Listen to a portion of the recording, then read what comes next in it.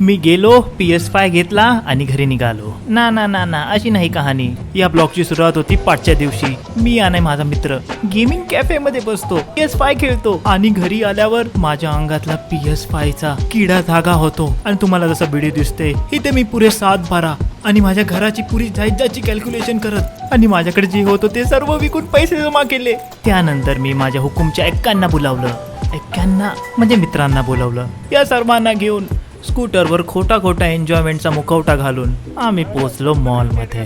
जसं जसं पुढं जात होतो तसं तसं एन्जॉयमेंट लेवल, एक्साइटमेंट लेवल आपली हद्द पार करत होती. आणि फायनली शॉपमध्ये पोहोचल्यावर मला सर्व जागेवर गेमिंगची, सोन्याची आणि हिऱ्यांची खाण भेटल्यासारखं झालं. आणि इथं आम्ही दोघं विचार करतो की पुरं दुकान कसं विकत घेता येईल. बट आता मूड नाहीये म्हणून आहे त्या PS5 चे पैसे देऊन पॉकेटमध्ये उरलेले चिल्लरची गिनती करून आम्ही निघालो घराकडे.